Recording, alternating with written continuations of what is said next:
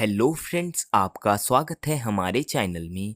इस वीडियो में हम क्लास 8 डीएवी नैतिक शिक्षा का चैप्टर 8 पंच महायज्ञ पढ़ने जा रहे हैं। तो चलिए वीडियो को शुरू करते हैं।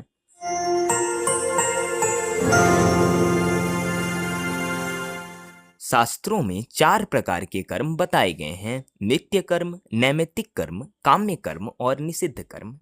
नित्य कर्म प्रतिदिन किए जाने वाले कर्म को कहते हैं, जो हम डेली करते हैं। और किसी निमित्त या कारण से किए जाने वाले कर्म अर्थात पर्व, उत्सव, त्योहार, संस्कार आदि, ये सभी नैमित्तिक कर्म हैं। जो कर्म कामनाओं की पूर्ति के लिए किए जाएं वो काम्य कर्म कहलाते हैं और ये सभी शुभ कर्म हैं।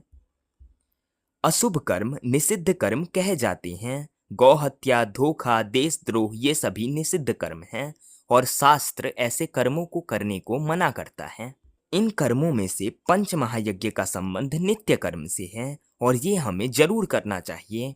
संसार में हर एक मनुष्य सुख, शांति, आरोग्य, समृद्धि और मुक्ति की कामना करता है। इनकी प्राप्ति के लिए मनुष्य को नित्य कर्म का निष्ठापूर्वक पालन करना चाहिए। पंच महायज्ञ हैं ब्रह्म यज्ञ, देव यज्ञ, पितृयज्ञ, बलि वैश्वदेवी यज्ञ और अतिथि यज्ञ। अब हम इनको डिटेल में पढ़ते हैं। पहला, ब्रह्म यज्ञ। ब्रह्म यज्ञ का अर्थ है संध्या। सुबह और शाम को ठीक प्रकार नहाने के बाद आत्मा तथा परमात्मा का चिंतन करना, ध्यान में बैठ जाना और ध्यान मग्न होकर ईश्वर के ओम तथा किसी भी अन्य नाम का जप करना ब्रह्म यज्ञ कहलाता है। इस यज्ञ में जहाँ आत्मचिंतन और ईश्वर चिंतन पर बल दिया गया है, वहाँ स्नान पर भी। यहाँ स्नान पर बल देना कुछ लोगों को विचित्र लगता है। हमारे शास्त्रों में स्नान को भी धर्म का अंग माना गया है। प्रत्येक त्योहार पर, पर्व पर, प्रत्येक शुभ कार्य में, प्रत्येक तीर्थ में, यहाँ तक कि जन्म और मृत्यु के बाद भी स्नान को इस प्रकार आवश्यक बना दिया गया है कि उसके बिना जैसे कोई कर्म हो ही नहीं सकता। हमारे ऋषियों ने स्नान को इतना महत्व दिया तो अकारण नहीं। स्नान करने से मनुष्य के रोम रोम में एक विद्युत से उत्पन्न होती है। वह विद्युत संसार की प्रत्येक वस्तु में है, सबके अंदर भी है। जब ताजा जल शरीर के साथ आकर लगता है तो उसकी विद्युत शरीर में प्रविष्ट होते ही मन में पवित्रता और प्रसन्नता आती है। संपूर्ण संसार में तीनों गुण सात्विक, राजसिक और तामसिक विद्यमान हैं। किसी वस्तु में एक गुण अधिक है तो किसी में दूसरा। जल में सत्व गुण प्रधान है। यह सत्व गुण स्नान के साथ ही मनुष्य के अंदर भी आता है। इसलिए हमारे धर्म में प्रत्येक स्थान पर प्रत्येक बात के लिए स्नान को महत्व दिया गया है। स्नान के पश्चात संध्या करके, गायत्री मंत्र का जाप करके ईश्वर तथा आत्मा का चिंतन करना चाहिए और यह सब कुछ हमें ब्रह्म मुहूर्त में सूर्योदय से पूर्व तथा शाम को सूर्यास्त से पूर्व करना चाहिए।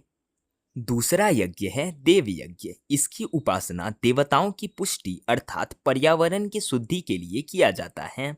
अग्निहोत्र, विद्वानों का संग, सेवा, पवित्रता, दिव्य गुणों का धारण, दान, विद्या की उन्नति करना, ये सभी देव यज्ञ हैं। होम के द्वारा अग्नि, वायु आदि की शुद्धि होती है।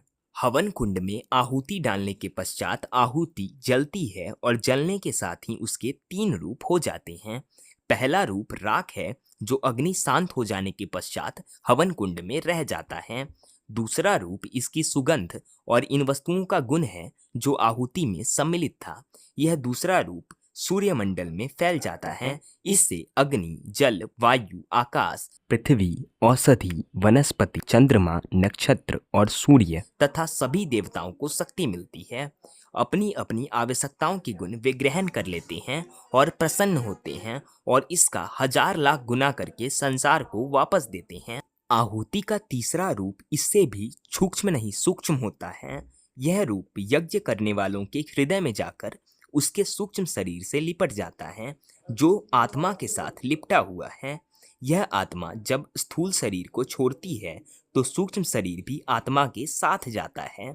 इस सूक्ष्म शरीर से लिपटी हुई वे आहुतियां श्रद्धा और विश्वास बनकर आत्मा को सुंदर और सुख देने वाले लोकों में ले जाती हैं।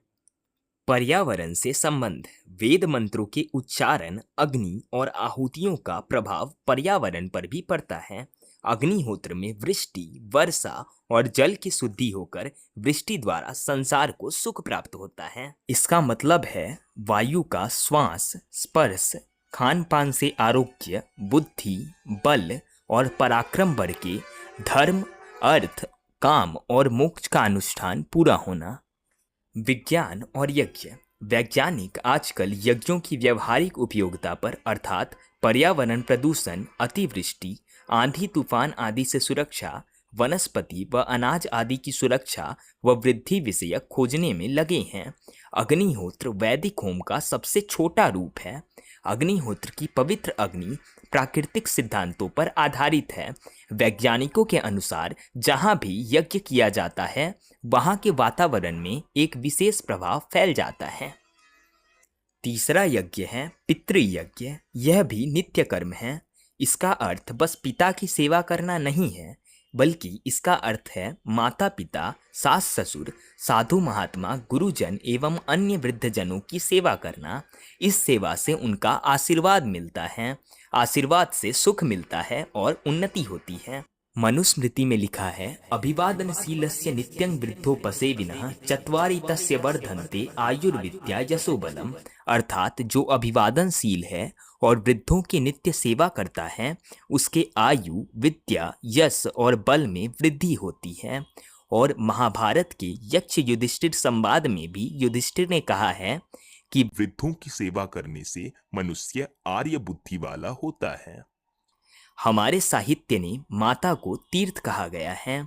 उसके शब्दों का अर्थ है माता के समान कोई तीर्थ नहीं, माता के समान कोई गति नहीं, माता के समान कोई रक्षक नहीं और माता के समान अमृत भरा कोई सरोवर नहीं। माता को तीर्थ क्यों कहा गया है? इसलिए माता को तीर्थ कहा गया है कि उसकी सेवा करने वाला तर जाता है। ऐसे ही पिता, गुरु, विद्वान और महात्माओं को भी तीर्थ कहा गया है। हमारे ग्रंथ पुकार पुकार कर कहते हैं, उठो शीघ्र चलो, खोजो कोई सुंदर उत्तम स्थान और वहां भवन बनाओ। भवन में पितरों को यानी वृद्धों को बुलाओ, महात्माओं और विद्वानों को बुलाओ, उनसे बातचीत करो, उनके उपदेश पर गंभीरता से विचार करो और खुश रहो। चौथा यज्ञ है अतिथि यज्ञ। ये भी नित्य कर्म है। यदि कोई व्यक्ति बिन बुलाए, बिना सूचना दिए, अपरिचित रूप से आपके घर आ जाए तो उसका स्वागत सत्कार कीजिए, उसे खाने और पीने को दीजिए। यह अतिथि यज्ञ हमारी संस्कृति का एक उज्ज्वलतम चिन्ह है।